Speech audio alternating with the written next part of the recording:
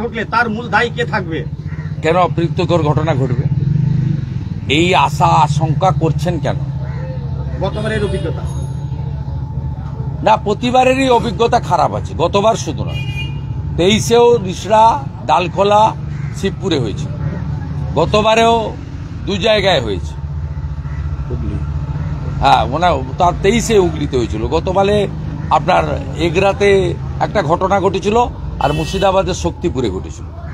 তার আগের বারে হুগলি, রিসড়া, ডালখোলা, উত্তর দিনাজপুর এবং শিবপুরে। বিষয়টা হচ্ছে কেন হবে। কয়েকদিন আগে মুসলিম সম্প্রদায় ঈদ পালন করলেন, একটাও ঘটনা ঘটেনি। তার কারণ সনাতনীরা নিজ ধর্মে আস্থা রাখে, অপর ধর্মে শ্রদ্ধা রাখে। এটা স্বামী বিবেকানন্দের মন্ত্র। সনাতনীরা সহিষ্ণু। আমি তো বলছি তৃণমূলের জিহাদি এবং পুলিশ কাল যদি বাড়িতে থাকে তাহলেই শান্তিপূর্ণ রামনবমী উদযাপন হবে। এরা রাস্তায় থাকলেই সমস্যা তৈরি হবে। যোগ্য যারা শিক্ষক, শিক্ষাকর্মী, শিক্ষিকা, তাদের সঙ্গে ভারতীয় জনতা পার্টি ডে 1 থেকে আছে। আমাদের প্রধানমন্ত্রী যখন লোকসভা নির্বাচনে প্রচারে এসেছিলেন, তখন তিনি ভারতীয় জনতা পার্টির সব সৈনিককে বলে গেছিলেন যে তোমরা লিগ্যাল টিম তৈরি করে এদের পাশে দাঁড়াও।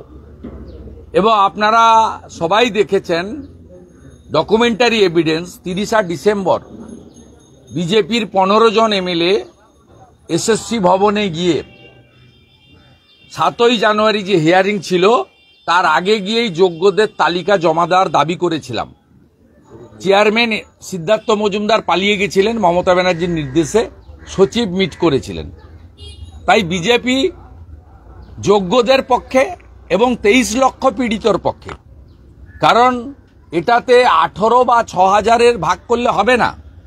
এই পুরো স্ক্যামটাতে পশ্চিমবাংলার 2016 সালে এসএসসি পরীক্ষায় বসা 23 লক্ষ বেকার যুবক যুবতী, তারাই এফেক্টেড, তারাও বঞ্চিত হয়েছেন। এবং এর জন্য একমাত্র দায়ী হচ্ছেন মমতা বন্দ্যোপাধ্যায়, এই রাজ্যের মুখ্যমন্ত্রী। আমরা যোগ্যদের পক্ষে আছি। আমি তাদের বলেছি যে কোনো কাট অফ টাইম নেই। 3 মাস বলে যে এটা প্রচার হয়েছিল ওটা ঠিক নয়। অর্ডার কপিতে কোনো কাট অফ টাইম নেই। এই মুহূর্তে তাদের স্কুলে যাওয়ার বারণও অর্ডারে নেই। এই মুহূর্তে তাদের বেতন বন্ধ হওয়ার কথাও অর্ডারের কোথাও লেখা নেই, যেহেতু তারা যোগ্য। এবং তাদেরকে আমি একটা জিনিস পরিষ্কার করে বললাম যে 20-25 জন যোগ্য শিক্ষক, শিক্ষাকর্মী, শিক্ষিকা বোনেরা এসেছিলেন, অত্যন্ত ভেঙে পড়েছেন। আমি তাদের বলেছি, দেখুন, মমতা ব্যানার্জি এবং তার পরিচালিত এসএসসি, পার্থ চ্যাটার্জির নেতৃত্বে, এসএসসির তো কোনো রোল ছিল না। এসপি সিনহার নেতৃত্বে আলাদা রিক্রুটমেন্ট কমিটি করা হয়েছিল এবং এসএসসির যে অটোনমি সেটা নষ্ট করে দিয়ে, এটা হয় না কোথাও। এসএসসি একটা অটোনমাস বডি, বিধানসভায় আইন করে তাকে দায়িত্ব দেওয়া হয়েছে, তার একটা হ্যান্ডবুক আছে নিয়োগের ক্ষেত্রে। কিন্তু পার্থ চ্যাটার্জি একটা বিরল প্রাণী, তিনি এসএসসিকে তুলে দিয়ে এসপি সিনহার নেতৃত্বে একটা রিক্রুটমেন্ট টিম বানিয়েছিলেন। এবং বেহালায়, বাঁশদ্রোণীতে পার্থর বাড়ি থেকে এগুলো হতো এবং ভাইপোর ওখানে টাকা কালেকশন হতো, সেটাও বেহালাতে সুজয় কৃষ্ণ ভদ্রের বাড়িতে, প্রমাণিত সত্য। সেখানে মন্ত্রীর ওএসডি এবং পিএস অভিজিৎ বলে একজন WBCS, যিনি হোমপারের অন্তর্গত, তিনি মেম্বার ছিলেন। আমি ওদের বলেছিলাম এরা ওএমআর পুড়িয়ে দিয়েছিল। যদি প্রধানমন্ত্রী নরেন্দ্র মোদীজি না থাকতেন, তার দপ্তরের আওতায় তো সিবিআইর সিট না হতো, সেদিনের বিচারপতি আজকের বিজেপি সাংসদ অভিজিৎ গাঙ্গুলি যদি সিট গঠন না করতেন, তাহলে পুড়ে যাওয়া ওএমআরকে নতুন করে পুনর্জীবিত করে, অর্থাৎ পুনর্মুদ্রিত করে ডকুমেন্টটা পেতেন না। তাহলে আপনারাও অযোগ্যের দলে পড়ে যেতেন। আজকে আপনাদের হাতে যে ওএমআরটা এসেছে, এর ক্রেডিটটা কার? এর ক্রেডিট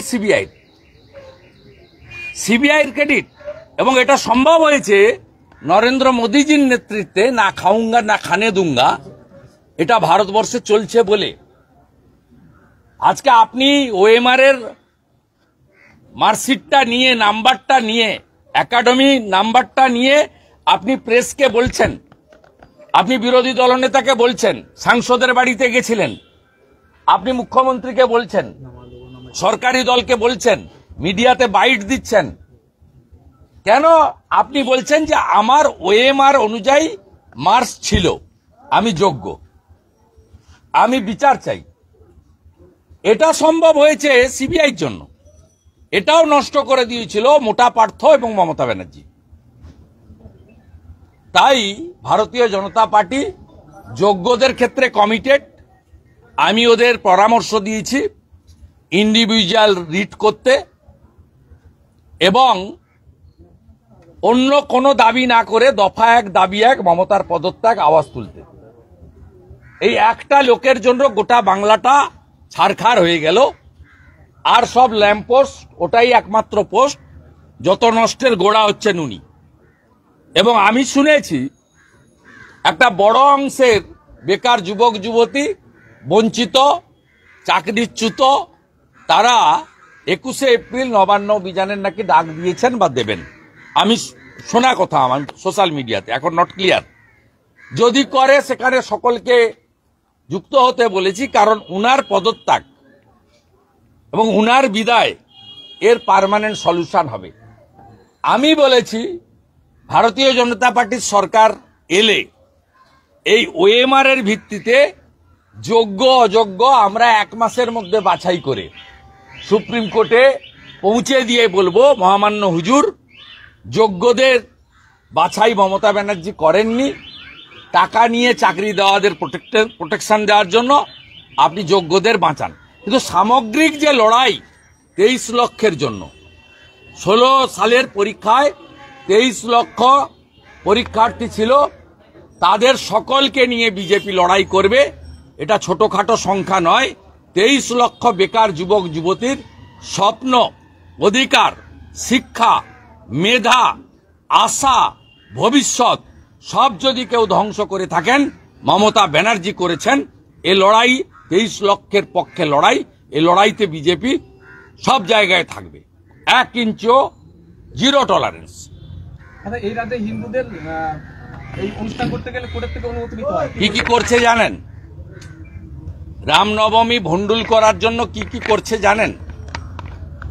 50 জন বিজেপির যুব নেতা ডালখোলাতে, তাদেরকে আজকে নোটিশ দেওয়া হয়েছে, ম্যাজিস্ট্রেটের নোটিশ, 1 লক্ষ টাকার বন্ড লিখতে হবে। ডালখোলাতে 23 সালে জিহাদিরা হামলা করেছিল হিন্দুদের উপরে রামনবমীতে। 17 জন জিহাদি আমার করা এনআইএ মামলায় গ্রেপ্তার হয়েছে।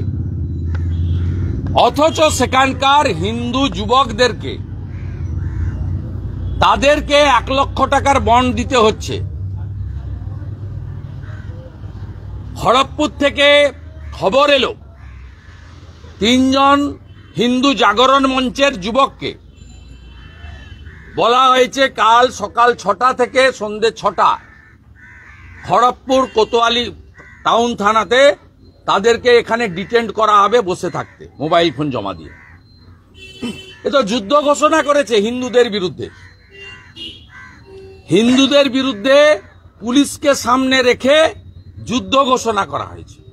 এবং যে মাটিতে আমরা দাঁড়িয়ে আছি, এই মাটিতে 112 ফুট উঁচু দুর্গা মূর্তি তৈরি হওয়ার পরেও পুজো করতে দেয়নি মমতা ব্যানার্জির সরকার। অথচ উত্তর 24 পরগনায় 110 ফুট উঁচু মূর্তি পুজোর অনুমোদন পেয়েছে তৃণমূল কংগ্রেসের এক কাউন্সিলরের পুজো। এদের যে মানসিকতা, এটাতেই খুব পরিষ্কার। এই রানাঘাটের পাশেই গ্রামে মূর্তি তৈরি করে পুজো করতে পারেনি, তাদের চোখের জল ফেলতে হয়েছে। তাই এই সরকার কমপ্লিটলি হিন্দু বিরোধী সরকার, যার মুখ্যমন্ত্রী 2024-এর 22শে জানুয়ারি রাম মন্দির উদ্বোধনের দিন একমাত্র মুখ্যমন্ত্রী মিছিল করেন কলকাতার পার্ক সার্কাসে। যে মুখ্যমন্ত্রী মহাকুম্ভকে মৃত্যুকুম্ভ বলেন, যেখানে 66 কোটি হিন্দু স্নান করেছে, এই মুখ্যমন্ত্রী কয়েকদিন আগে ঈদের দিন নামাজে অংশগ্রহণ করে হিন্দু ধর্মকে গন্ধা ধর্ম বলেছেন। এগুলোর পরে আর নতুন করে এই সরকার তৃণমূল যে হিন্দু বিরোধী, আর কিছু প্রমাণ লাগবে বলে আমার মনে হয় না। জাগো হিন্দু, ঐক্যবদ্ধ হও। হিন্দু যদি বাঁচতে চাও বিভেদ ভুলে এক হও। সরস্বতী পূজায় শক্তি দেখিয়েছ, কালকে শক্তি দেখাও। বাড়িতে থাকবেন না, রাস্তায় নামুন, ঘরে ধ্বজ তুলুন, মোটর বাইকে ধ্বজ লাগান, দেখা হলেই জয় শ্রীরাম বলুন, কপালে তিলক লাগান। যেখানেই রাম পুজো হবে, যেখানেই শোভাযাত্রা হবে, মায়েরা শাঁখ নিয়ে, ছেলেরা জয় শ্রীরামের ধ্বজ নিয়ে অংশগ্রহণ করে কাল বাংলার হিন্দুরা প্রভু শ্রীচৈতন্যদেবের মাটিতে, আমি বলে যাই যে শ্রীচৈতন্যদেব নবদ্বীপ এবং নদিয়ার মাটিতে রাম রাম রক্ষমাম এই স্লোগানের মধ্য দিয়ে তিনি রাম নামের জয়গান করেছিলেন। এই মাটি থেকে শ্রী রাম নবমীর শুভেচ্ছা এবং সফলতা কামনা করি। আপনার কিছু